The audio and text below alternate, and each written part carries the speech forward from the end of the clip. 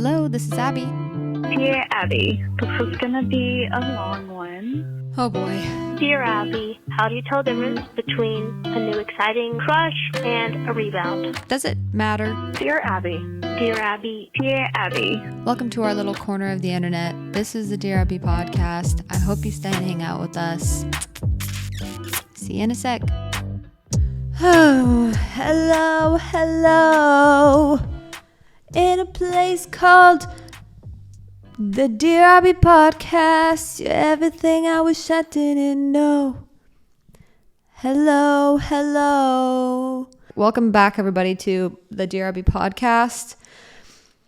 I'm your host. My name is Abby, and I'm excited to record today. It feels like it's been a month since I've talked to you guys last, but it's only been a week. I feel like when I am not recording, then I feel, first of all, like I can breathe better. But second of all, I feel like I'm constantly thinking of what I want to talk about on the podcast. And it's sometimes to the point to where I'm like, okay, I actually have to like live my life normally. I feel like this is probably common for if you have a podcast or if you start something on social media or something, where you start to live your life for that one thing. And as much as I think that's like cool in a way, I also think that's like not what I want to do, because I'm not happy when I do that, to be honest, to be completely frank.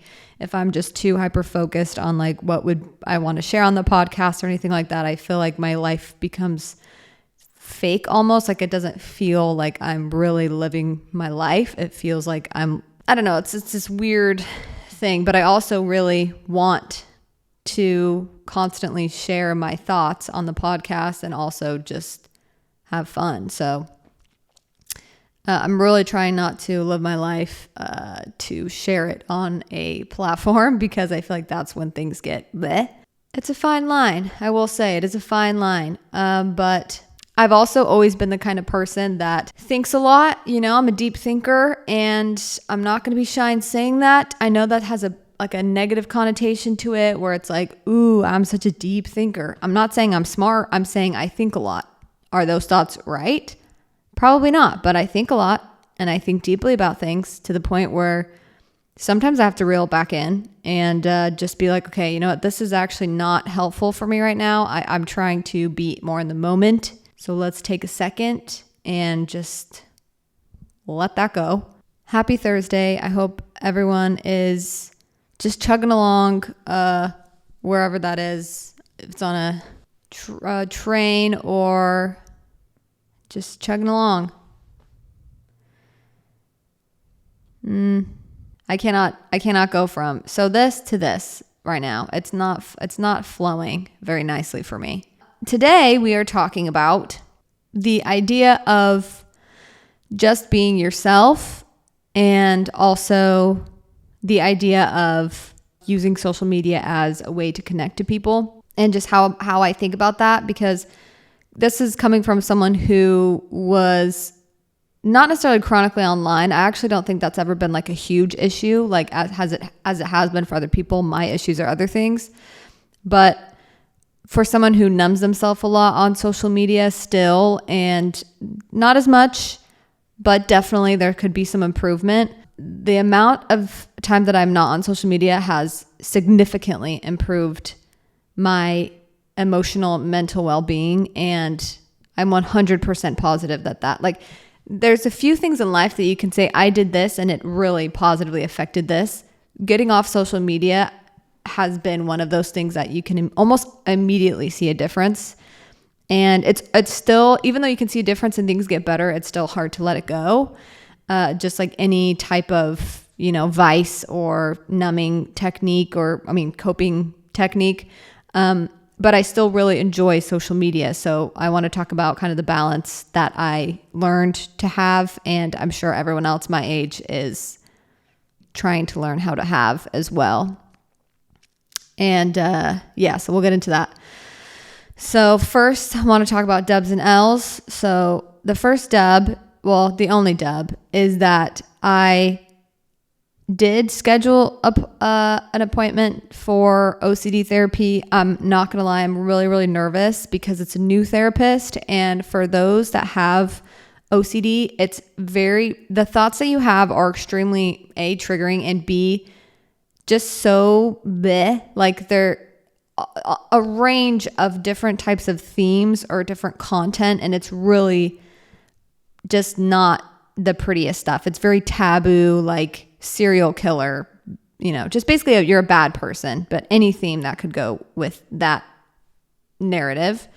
And so when you're telling a therapist all the thoughts that you're having, it's very scary almost, because you just are scared that somehow they're going to be like, oh, well, that's not OCD. You're actually just a bad person. Or like, well, the way that thought's coming up, that means that that's true. That's like your biggest fear. So it's a little bit nerve-wracking going to a new therapist who doesn't know me and I don't know them, and I don't have like a trust thing developed with them yet, like I did with my last therapist. So I don't know if I can get him again, but we'll see, hopefully. But if not, I'm just going to just go for it. And I don't know if my insurance covers it yet, so maybe I won't go, because if it doesn't cover anything, it's just not something that I can afford with my current situation. So yeah, we'll figure it out. But that is a dub though. I'm proud of myself for doing that. And I've been looking into a couple other methods of therapy. I'm just interested to see what this therapist has to offer, because every therapist is trained in OCD on the app that I use, NoCD, which is a sponsor. But at the same time, they also have different training sometimes, like different backgrounds. They could do, I don't know, cognitive behavioral therapy, CBT, or ACT, or IFS. Internal family systems therapy, I am learning about. I'm not a therapist. I'm just learning about it via other therapists who are trained in that. And it's something that I feel like I really relate to, because I have it feels very complicated in my head, to where I have like a million different types of voices.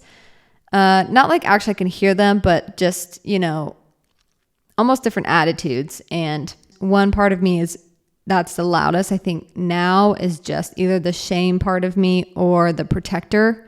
And the protector is very loud. And I really am grateful for that part of me. But I think it's to the point sometimes where, I don't know, it feels very complicated, but I really like IFSI. I like their therapy terminology, really resonates with me just personally. And so I might look into doing that type of therapy, or someone who's trained in that, because I'm really curious about that. And just more somatic healing, somatic therapy. But to be honest, I'm not as like obsessed with healing as I used to be. I'm more now kind of on a journey of just trying to be at peace and not need so much, and just everything that I have is enough. And I don't know what healing looks like anymore. So I've just kind of cut any expectation as to what that looks like. But I still have hopes and dreams and, stuff like that. But I think that's also a dub, is just my mindset is shifting. I feel a little bit more neutral, even though I still struggle with OCD, but I don't have as much anxiety with it. Life is pretty normal, I feel like, for me right now. And I'm kind of grateful that it feels more calm. That being said, my L was, I think I pulled something at the gym, like either if it was last week or the week before, but my hips hurt really badly. I think I'm just really tight because I haven't been just stretching as much, and just I haven't been practicing that at all. So I feel the impact of that heavily on my hips, because I learned that, if your hips hurt, it's not always actually something in your hips. It can be something in your calf, or something that's pulling on that muscle, and that muscle's pulling on that muscle. And it's like a trifecta of, one thing's hurting, and that can go all the way up to the opposite part of your body. And that can, signify something's wrong. So I just think it's really interesting. And that's why full body stretching for me has been very helpful. But when I don't prioritize that while I work out, then I feel like that just like makes me not be able to continue to work out in the same way, because I have to take a couple days off because my knees are killing me.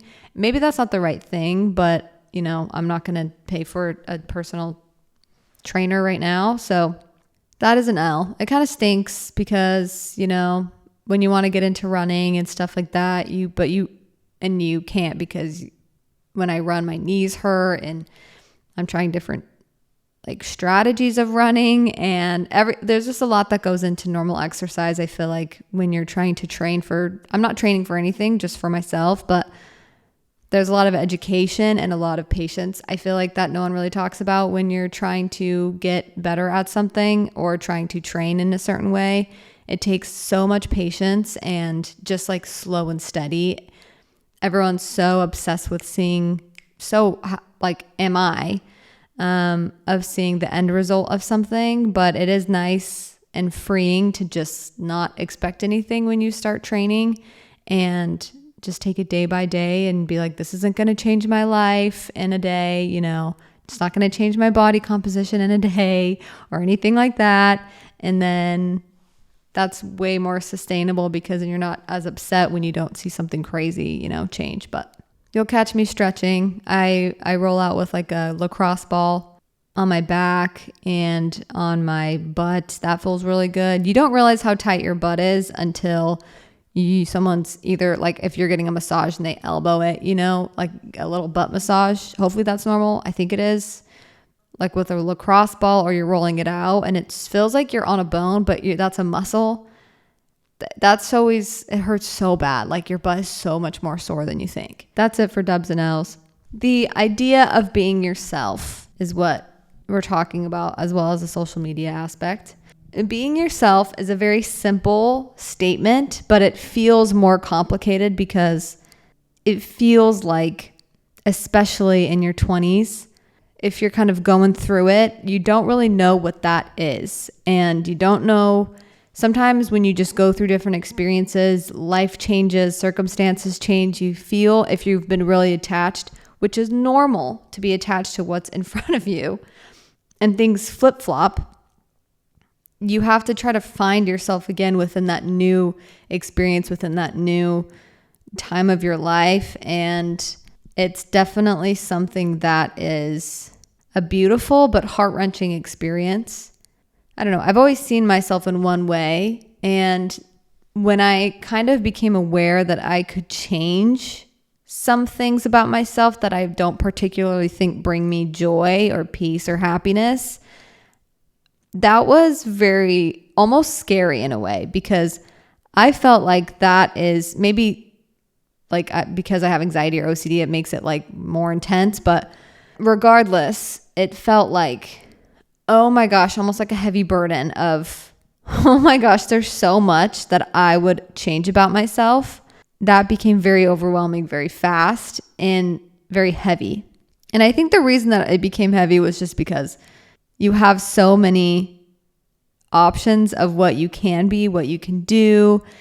And there's so many voices and noise and opinions, and in your own head, now you've, especially with being like online, you intake so many opinions on every single thing ever.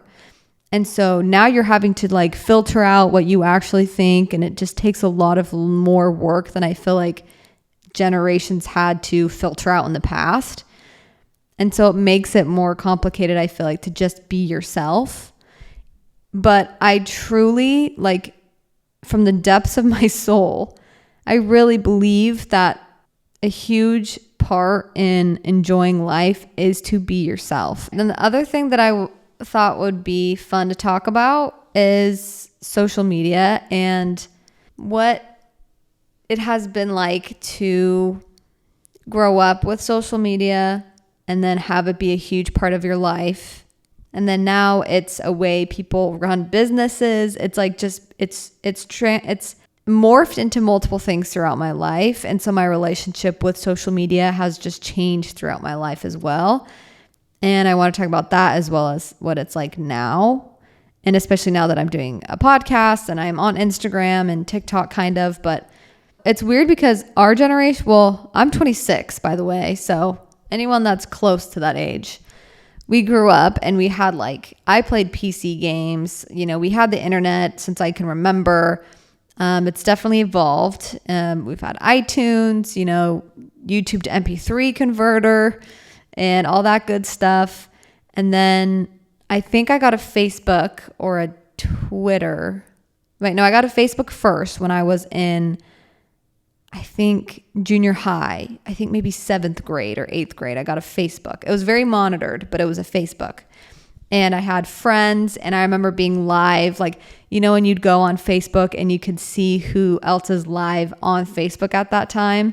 And if there was a cute boy that I liked, I'd be so excited and I would be like, oh, please say hi. Please message me and just say, hey, even though I know if I saw them in person, I would not say a word. All flirting I ever did was always online. It was always chatting, texting, whatever. It was never in person. I was so awkward. As most junior high kids are, I think. That was my experience, my first experience with social media, as most kids, or MySpace. I never had MySpace because I feel like that was more of a naughty place to be. Facebook was more monitored, I guess, by parents. Yeah, just you would start to post pictures on Facebook and hope people liked it. And it was more exciting. It was kind of more innocent because you just are a kid and you're posting oh, I think I look pretty, and you post it and you edit it crazy so your eyes are so blue and your body's so tan or something so ridiculous. Just not realistic at all, but that was what was cute back then. And so that's what you saw other people get likes on. If a girl my age would post and she would edit it a certain way and she'd get a bunch of comments by the cute boys that I thought were cute, and or other girls something seems like she made friends that way, then that's what I wanted to do. So I feel at a young age, junior high, you're very impressionable. That's where it starts. Started for, I think, our generation, maybe even earlier, depending on when you got a Facebook. But for me, it was junior high. So that's kind of the impression. And then, so you already are starting to develop oh, what I see other people do that gets good attention, I want to do that exact thing.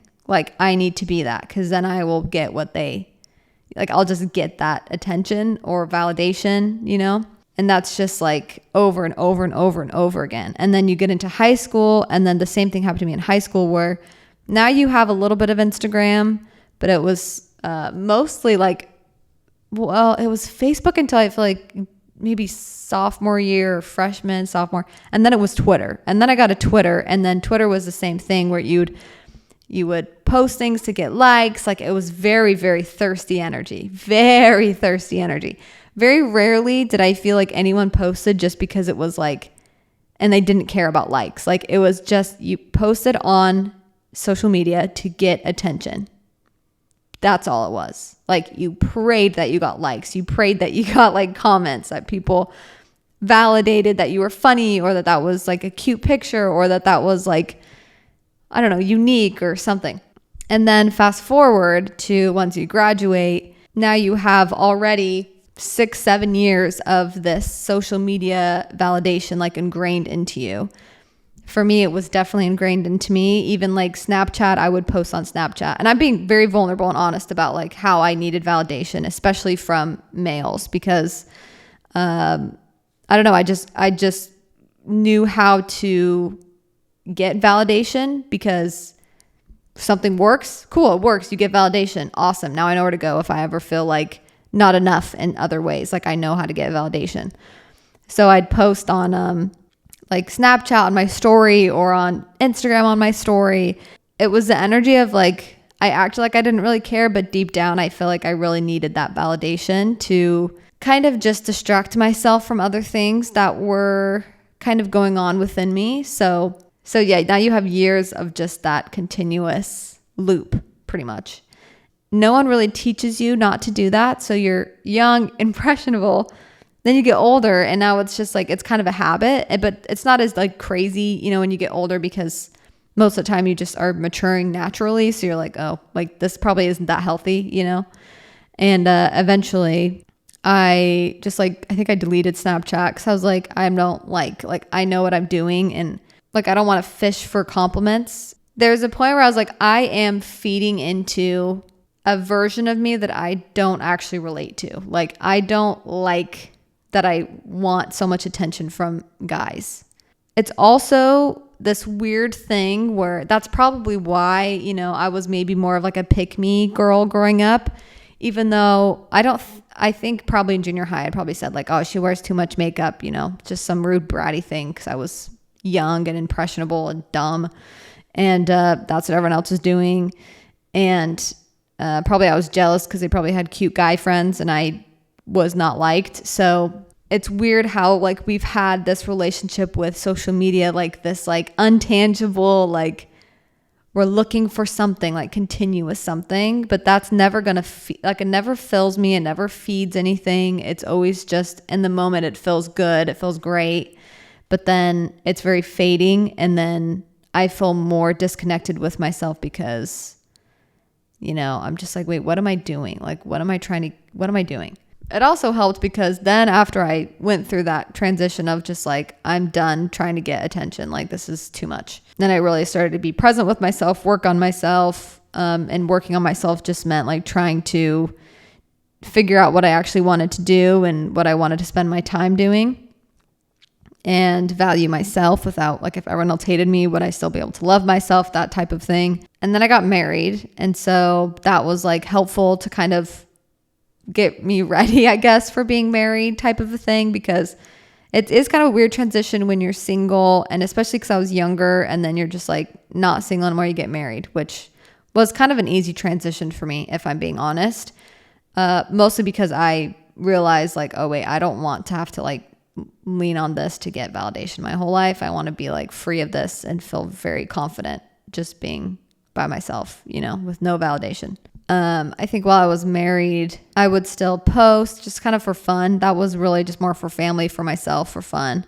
Now, like after my divorce, my relationship with social media kind of got heightened again to the point where I was kind of needing that validation from people because I was in a very vulnerable time in my life. I felt really not validated by obviously my ex-husband and everything that had happened.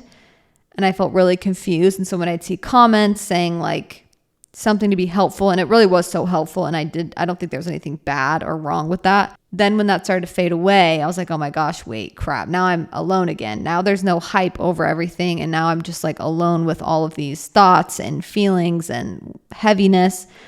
And then I started doom scrolling. And then I just became hyper fixated on like basically just numbing myself for hours a day. And it was very compulsive too, because that's when my OCD was really bad.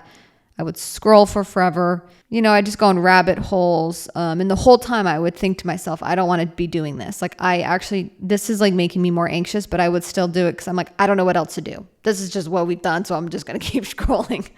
You know, that's just what everyone else is doing. So I'm going to keep doing it with therapy and with kind of taking my power back.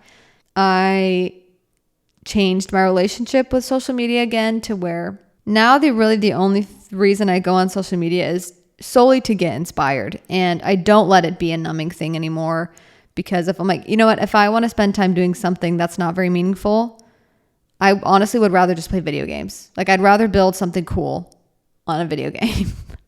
I'd rather build a log cabin in the middle of a cannibal city. Yes. So that's what I'm doing when I play video games sometimes. Okay. With a girl that has 4 legs. It's called Sons of the Forest. I love it. Like it got to the point where I was comparing my spirituality to others, like my Christianity to others. And it just got like, it can get so dark so fast, I feel like, if you're on there in a vulnerable state of mind.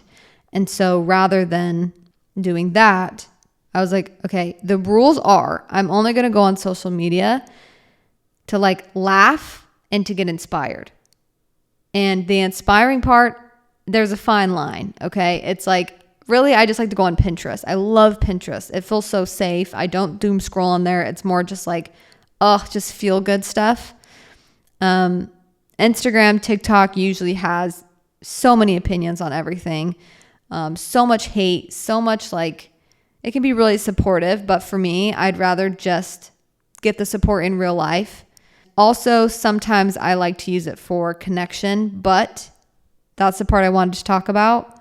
I told this to my sister a while ago, and I think she said it on her podcast, which made me feel good. I love when she quotes anything that I say.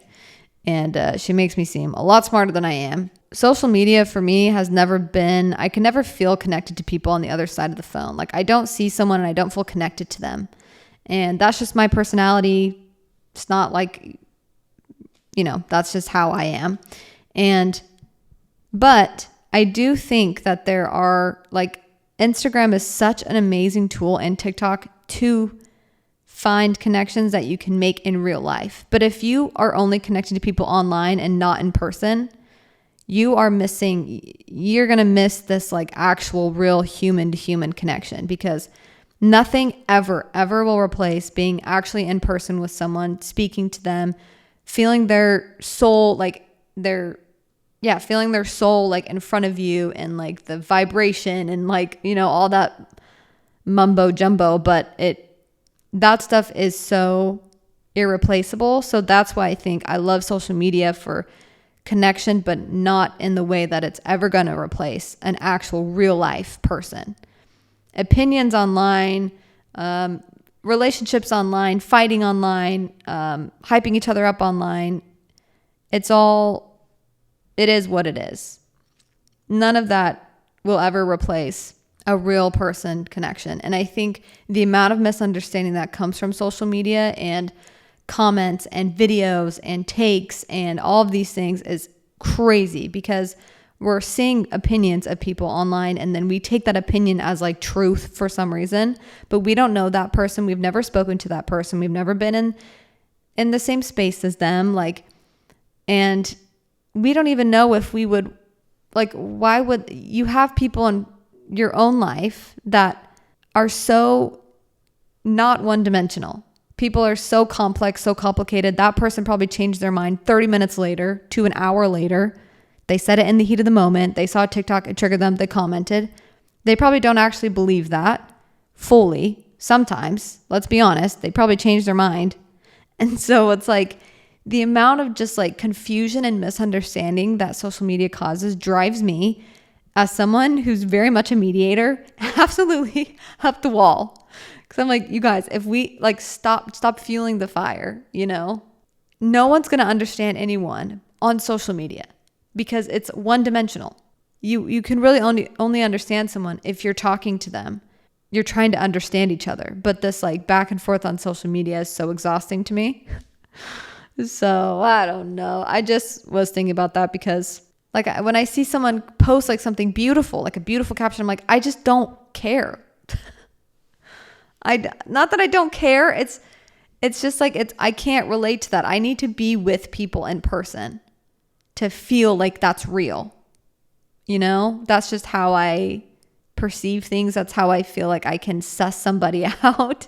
I feel safer listening to someone's opinion or somebody's story if I'm listening to it in person, or even a podcast is better. And because then you're able to hear a whole explanation rather than just a small little snippet. Documentaries are great too, but yeah. Okay, let's do it, Dear Abbey. It's like using what I think I said. It's social media should be like a bridge to connection, not like what's on the other side of the bridge. Social media should just be what connects you to the other person. But social media itself, Instagram, TikTok, that itself is nothing. That's just like, it's an app. It's absolutely nothing. What's on the other side is a bunch of people. And a bunch of people are very complex. And so you're reading comments that are one-dimensional, things that are one-dimensional, but they're coming from a complex person that probably changes their mind. I know a lot of people do love to connect on social media, and so do I. But it's just never the same as like when it's like an in-person connection for me. Maybe that's a hot take. I don't know. Everyone's different with their opinion. And that's okay. Okay, you guys, I am feeling very, very excited and emo because this podcast is now made possible by No CD. You guys have heard me talk about No CD a million times in my podcast. I did therapy there. I go to support groups still to this day. And it's been such a huge part of my recovery journey. I couldn't be more excited about this partnership with them. No CD offers effective, affordable, and convenient OCD therapy. No CD therapists are trained in exposure response prevention therapy, which is a gold standard treatment for OCD. With No CD, you can do virtual, live, face-to-face video sessions with one of their licensed, specialty trained therapists from anywhere inside or outside the US. It's affordable and they accept most major insurance plans, so getting help has never been easier. No CD therapy goes beyond sessions. It includes in-between session support where you can message your therapist anytime, access therapeutic tools, and get support from a community of peers who are overcoming OCD right in the No CD platform. Breaking the OCD cycle takes effective treatment. Visit nocd.com today and book a free 15-minute call with their care team, many of whom have also experienced OCD. If you think you may be struggling with OCD, there's always hope. Now is the time to regain your life. Visit nocd.com today. All right. All right. Dear Abbey, I just want to say that I love the podcast and I'm super thankful. Just super thankful for you. I need some advice. I want to know how you deal with like OCD setbacks. I feel like lately I've been like doing really well and not like attaching myself to a ton of things, but then recently I've had like really, really bad existential OCD and I'm just like feeling super defeated and frustrated because I feel like I've been doing really well and just like falling back into this feels super, I just feel super defeated and like weak and I hate that feeling. So I'm just wanting to know like how you deal with setbacks and also just how you accept that, I don't know, like that you have OCD. Like every time something comes up, I'm just like, I don't want it, like try to fix things. Just how do you accept that you're going to be struggling with something like this? Like so insufferable your whole life. Thank you so much. All right, bye.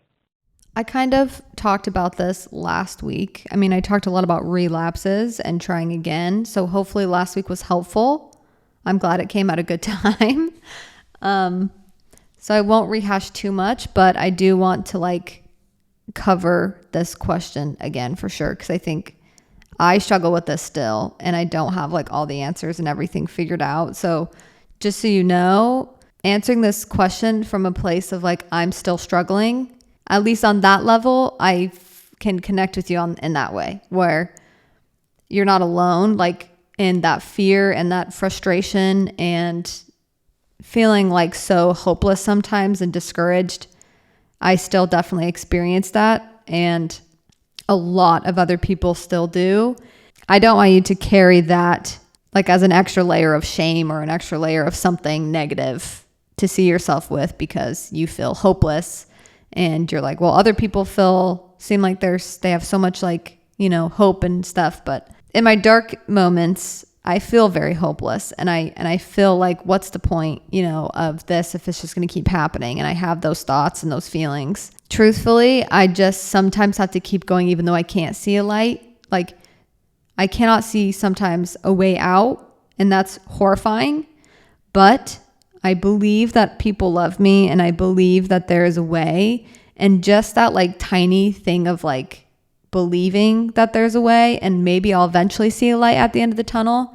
Just go towards that again. So if it's a relapse, it's so discouraging and everything like that, but just also remind yourself that you have felt better from it before, and it might feel like it's worse than before, or, whatever, but you have the tools that you used did help you get to a better place. So there are things that work, like things work and it can work and it will work for you.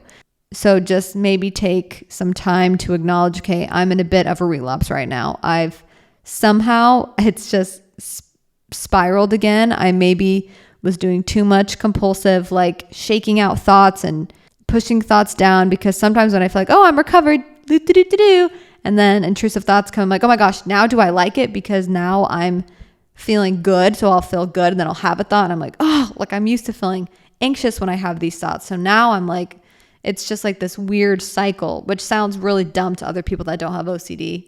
We know, okay? It's just the way that we're wired. I think taking a second to be like, okay, I'm guessing, I'm pretty sure this is OCD again. So I'm going to treat this like a relapse, and I'm going to treat this like OCD. And these are the steps. This is what I've been told will help. Don't think about it too much. Try to figure out if it's OCD or not. Just be like, these are the tools that I've been given to help with this. Practice the tools again and get to a better place. And then, as far as accepting that that's going to be an experience that you have a lot, that is a tricky one. That one takes time, I feel like, and just practicing self-love and self-compassion in ways of physically. Sometimes I'll go on a long walk if I feel really overwhelmed, and just let myself feel everything and have every thought and just let it all just bleh. Sometimes that looks like physically hugging myself and kind of gentle parenting myself, I guess, in the way of being like, I know this is really scary, and I hear you, and it's so scary, but this is what we're going to have to do. And I need you to trust me, like talking to yourself, your wise part, as they say, your compassionate part, to move forward. And so just telling yourself, like, I know it doesn't feel like there's any hope, but we got to push forward because we deserve to be happy. Like, you have infinite worth, and it takes time to recognize that, obviously. And I don't know if we ever really fully will, whatever that means, but you are worth putting in the work for. And that means for yourself. Like, it's very liberating to realize, like, you can put in the work for yourself. Like, you can take charge of yourself. Hopefully that helps. But yeah, definitely if you haven't listened to last week's episode, I talk a lot. I mean, basically the whole episode is about relapses and that kind of thing. So you should listen to it. Okay, cool. I wish you well on your recovery journey. And I'm here with you. If you didn't see what I did, I hit my chest and then I did a peace sign. Like, yo. That's honestly kind of a vibe. Can we bring that back? Okay, well, I gotta go because I gotta cook dinner for my boyfriend and me. I'm making risotto and salmon. So I'm searing a salmon and I'm making risotto from scratch pretty much. I am very scared.